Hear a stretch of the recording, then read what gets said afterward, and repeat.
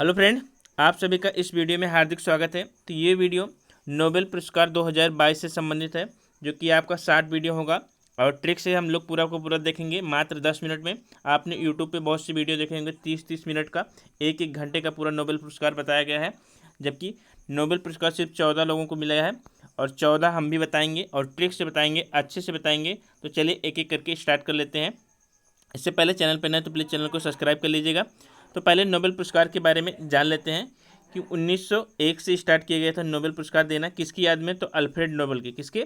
Alfred Nobel की याद में दिया जाता है नोबेल पुरस्कार। कहाँ से? तो स्वीडन के ये प्रसिद्ध रसायन शास्त्री थे अल्फ्रेड नोबेल।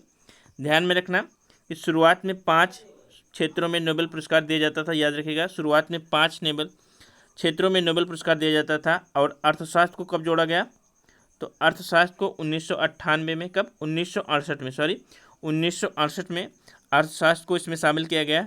अब जाके टोटल 6 क्षेत्रों में नोबेल पुरस्कार दिया जाता है। ये बात आपको याद रखना है। साथ में एक पॉइंट और याद रखिएगा कि 1940, कब?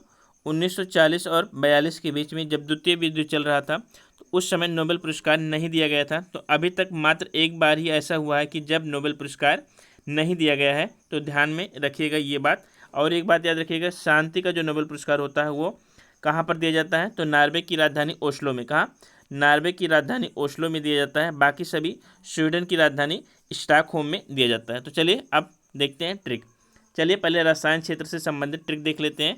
बहुत छोटा सा वीडियो होगा, प्लीज़ वीडियो को पूरा देखिएगा। ऐसा ट्रिक आपको कहीं पर नहीं मिलेगा, हर एक क्षेत्र का उसी से मैं ट्रिक बना रखा हूँ, तो आप ध्यान से देखिएगा। रसायन के क्षेत्र में, तो रसायन का मतलब क्या होता है? केमिस्ट्री। तो केमिस्ट्री सभी ने पढ़ा होगा, आशा करते हैं कि सभी को केमिस्ट्री के बारे में थोड़ा बहुत तो पता ही होगा।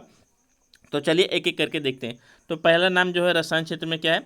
कैरोलीन बार्टोजी। क्या? कैरोलीन बार्टोजी। तो आपको यहाँ पर देख सकते हैं कि कैरोलीन में क्या रख रहा है? तो कैरोलीन में आपको दिख रहा है क्लोरीन। क्या? क्लोरीन। तो क्लोरीन का सिंबल क्या होता है? Cl। अब क्लोरीन किससे संबंधित है? तो आपने केमिस्ट्री में क्या पढ़ा होगा? क्लोरीन। क्लोरीन, फ्लोरीन, ब्रोमीन, तो ये सब कहाँ पर पढ़ा होगा? केमिस्ट्री में। तो इससे आप याद सकते हैं कि केमिस्ट्री के क्षेत्र में किसको दिया गया? तो कैलोरीन को। कैलोरीन तो क्लोरीन, आसानी से याद हो गया। सेकेंड आपका बेरी सार्पेलेस। क्या? बेरी सार्पेलेस। तो बेरी से आपको बेरियम याद हो सकता है। क्या? बेरी से बेरियम। तो बेरियम भी किससे संबंधित है? केमिस्ट्री से संबंधित है, तो याद रख सकते हैं। नेक्स्ट आपका है मोर्टन मेंडल। तो मोर्टन मेंडल, तो आपको याद रखा कि मेंडल की आवर्त सारणी भी आपने पढ़ा रखा होगा। तो मेंडल की आवर्त सारणी भी केमिस्ट्री से ही संबंधित है, तो सभी को पता होगा आवर्त सारणी के बारे में। तो ये तीनों चीज़ें किससे हैं? तो तीनों का नाम जो है वो तीन जन का नाम केमिस्ट्री से संबंधित है। तो आसानी से आपको याद हो गया, क्लोरीन, बेरियम से बेरी और मेंडल से मेंडल। तो आसानी से आपको तैयार हो गया होगा। इससे सिंपल ट्रिक आपको कहीं पर नहीं मिलेगा। आपको घुमा घुमा के भले बताया जाएगा, लेकिन इससे सिंपल नहीं मिलेगा। अब देखते हैं अर्थशास्त्र के क्षेत्र में। तो अर्थशास्त्र में आपको अर्थ दिख रहा होगा। तो अर्थ किसके मतलब होता है? पृथ्वी। क्या? पृथ्वी। अब पृथ्वी से क्या निकलता है? तो आग का गोला निकलता है ज्वालामुखी के रूप में। तो बर्नर, तो बेन बर्नानेक। क्या? बेन बर्नानेक। तो बर्नर आप याद सकते हैं। तो बर्नर से आपको याद आएगा क्या? आग। तो आग क्या है? तो पृथ्वी। अर्थ से क्या निकलेगा? आग का गोला निकलेगा मैग्मा की तरफ में। तो बर्नर से आपको लिखते हैं वेन बर्नानेक। अगला आपका है डगलस डायमंड। तो डायमंड मतलब क्या? हीरे की खदान। तो हीरे की खदान भी कहाँ से खोदी जाती है? तो पृथ्वी से, अर्थ से खोदी जाती है। तो डायमंड क्या? तो फिर हो जाएगा क्या? हीरे की खदान, डायमंड। तो ये भी अर्थ से संबंधित है, तो अर्थशास्त्र के क्षेत्र में। अगला फिर दूसरा जो थर्ड है वो है डाइबर बिगो। तो यहाँ पर भी डायमंड से दिख रहा है, डा से डायमंड यहाँ पर ऊपर वाला है, फिर डाइबर ये भी है, तो इसको भी उसी से रिलेट कर सकते हो। अगला देखते हैं चिकित्सा के क्षेत्र में। तो चिकित्सा के भी क्षेत्र में सिंपल ट्रिक है, बहुत आसान है। आपको पहला नाम लिखे मिलेगा एलन एस स्पेक्ट्रम। क्या? Alan S Spectre.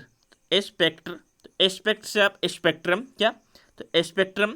तो स्पेक्ट्रम आप ध्यान से देख सकते हैं कि स्पेक्ट्रम किससे संबंधित है? फिजिक्स से।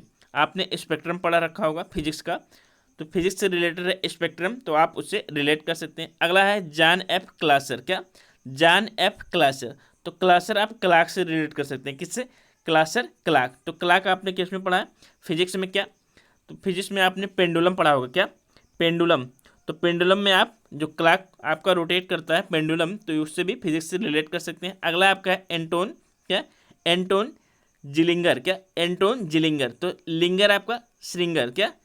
तो एंटोन जिलिंगर को आप श्रिंगर से करिए।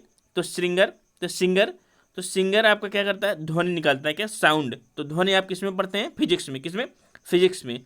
तो आप बस रिलेट करिए, फिजिक्स को फिजिक्स से ही रिलेट करिए, आसानी से आपको याद हो जाएगा। तो जिलिंगर, तो सिंगर, तो सिंगर क्या करेगा, ध्वनि निकालेगा, साउंड निकालेगा। तो ये किससे रिलेट होगा, फिजिक्स से। अगला देखते हैं शांति के क्षेत्र में। तो शांति मतलब किसी की याद में, तो किसी की आत्मा को शांति कब मिलेगी, जब उसकी याद में जो उसकी इच्छाएं थी आप बनवाएंगे। तो क्या आप बनवाएंगे, मेमोरियल। तो उसके क्या, मेमोरियल, उसकी याद में मेमोरियल। तो मेमोरियल एक संस्था है, तो इसको मिला था शांति का। अगला है सेंट ऑफ सिविल लिबर्टी। तो लिबर्टी भी क्या, तो लिबर्टी भी किसी के याद में ही बनवाया गया है। तो याद में बनवाया गया है, तो उसको किसी की याद में कोई चीज़ कब बनवाई जाती है, तो उसको ताकि शांति मिल सके। तो आप ध्यान रखना, मेमोरी शांति, लिबर्टी भी शांति के लिए। अगला है आपका है एलेस बिया तस्की, क्या, बिया लिया तस्की। तो आप इसको भी रिलेट कर सकते हैं शांति से। चलिए अगला क्वेश्चन देखते हैं चिकित्सा के क्षेत्र में। तो चिकित्सा के क्षेत्र में मात्र एक लोगों को मिला, किसको, स्टाबे पाबो को। किसको, स्टाबे पाबो को। तो यहाँ पर आपको श्वेत दिख रहा होगा, क्या, श्राबे, श्वाते, तो स्टाबो है, तो श्वेत, सफ़ेद, क्या, तो सफ़ेद दाग आप समझ सकते हैं। सफ़ेद दाग का एक रोग होता है जो कि मनुष्य के कहाँ पर पड़ जाता है, तो धब्बे धब्बे पड़ जाते हैं सफ़ेद सा।